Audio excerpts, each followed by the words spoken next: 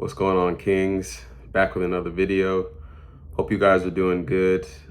Just got off of work and wanted to just record a really quick video, really short, and I'll just hop right into it. Nisuru. So you probably have no idea what Nisuru means. For those that don't know, I'm Nigerian, and Nisuru is a Yoruba term that basically means have patience. And we got to have patience, Kings, in life, at work, in our personal lives, in our relationships, when we're in traffic. We got to have patience. Patience is something that is hard to cultivate. It's hard to do, but it's something that's so necessary, especially for a man. Men have to be patient in this life, and it's not easy because so many things in life are going to frustrate you and want to pull you out of your patient, stoic self. Again, at work, you're going to deal with people you don't like or people that rub you the wrong way.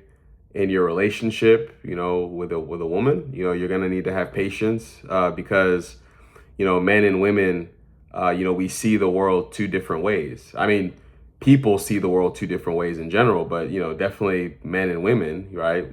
And part of being in a relationship is, I've said this before in other videos, two people coming together to do life together. And so in that, you're going to have friction at times and disagreements and, differences in how you both see the world. And the most important thing in that is going to be patience.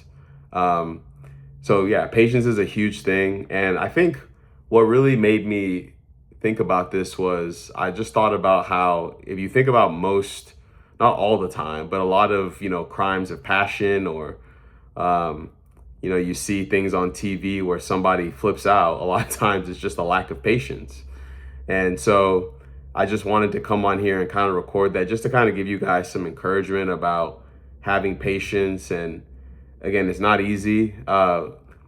Something I would challenge you guys to do, something that I've been working on. So something that frustrates me is traffic. So being stuck in traffic, and I live in Atlanta, so the traffic here is insane on most days. And so my first instinct whenever I'm stuck in traffic is to complain and get frustrated and want to honk my horn and all that. But one thing I've been trying to do lately is just trying to be patient, be present, and kind of reframe the frustration and say, I'm in traffic for an hour. Why don't I listen to a podcast or listen to some music? Or why don't I enjoy being able to just sit on a nice soft chair in my car, right? Like instead of allowing this external event to take me out of my character. And that's the other thing too with patience is like when something frustrates you or, makes you get annoyed, at the end of the day, like that's a choice you're making to allow that external event to frustrate you. As a man, nothing should be able to control you. And so when you're allowing something to let you get out of character, that's just a lack of patience. And that's just a lack of self-control. And as men, we should always try to be in control, have good self-control. It's not easy. We fall short, obviously, but so that's something I would just challenge you guys. Try to be patient, with people, with situations.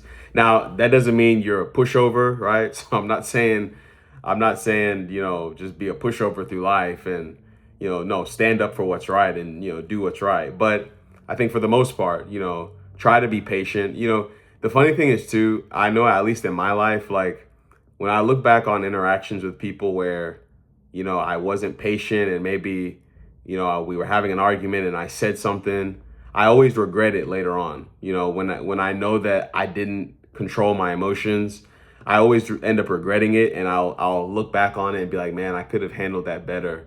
And that's just lack of patience. And so it may feel good in the moment, like, that first instinct when you feel it bubbling inside of you to like lash out or whatever, it might feel good, but a lot of times you'll regret it later on. And so part of my challenge to you guys would be, when maybe that first instinct, whatever your first instinct is, maybe quiet that instinct and, take a deep breath, count to 5 internally, and then go from there and kind of, kind of operate from a clear, calm head. As a man, we want to try to be calm, in control, stoic, if that's the word you want to use. But that's what we want to try to be as men. We want to just try to be calm, patient, composed, in control. It's not a good look for a man to be, spazzing out whenever any little thing happens. I remember I worked this job once when I first got out of college, and my boss, both of my bosses, they were like that. Like any little thing they'd spaz out. So if one of them was on a call, like with a call center, they would get frustrated if they didn't get their way, or if even then with traffic, like if any little minor annoyance, they'd spaz out and get out of character.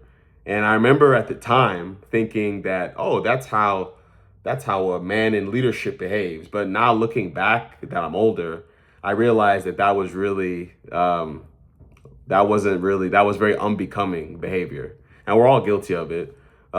So I just tell that to you guys so that you guys cannot make those same mistakes in your own life. So again, my challenge to you as you go about this week, today's Monday, try to have more patience, try to be composed, try to, other people, when other people see you, you should be the composed one. I remember I used to do Toastmasters back in the day, and I was the president of our club at my job. And I remember we had like this president's Zoom conference, I guess you could say, where basically all the new officers coming in, they basically give you like the rundown of what your new role will be. And I remember for the presidents, the director of our district, or our area director, was like, when you're the president, you're almost like a duck. So when you see a duck on a pond, the duck looks very serene and calm and just kind of going about the water. But underneath, their feet are doing like this, right? But no, you don't see that. You don't see their feet, frantic, right? You don't see that. All you see is this composed, almost regal figure going across a pond or a lake. And the point she was trying to make was that, that's what it's like to be the president, internally, when everyone else is freaking out, or when when everything else when there's a crisis, people are going to look to you as the president, as the leader, to be calm and composed. Whenever there's a crisis, it's important to set a tone of calmness, being composed, being in control, and like, okay, guys, this is what we're going to do. And I think as men, we could try to cultivate that same thing as well. When, even in a family environment, your family as the man, they're going to look to you to set the tone as far as, whenever something happens in the family, how should we respond? They're going to look to you. Oh, how's dad handling this? Is dad freaking out? Oh, I guess it's a crisis. We need to panic, or even as a parent, really, you don't have to be a man in this situation, even just as a parent, So anyway, my point is, try to cultivate that now, guys. As you go throughout your week, the easiest place I can think of will be traffic, because traffic is something that we all deal with, and we can all agree that traffic is really annoying. So, try to cultivate patience, calmness, being composed as you go on about your week. And another analogy I always think about is, I don't know what those things are called in the sea.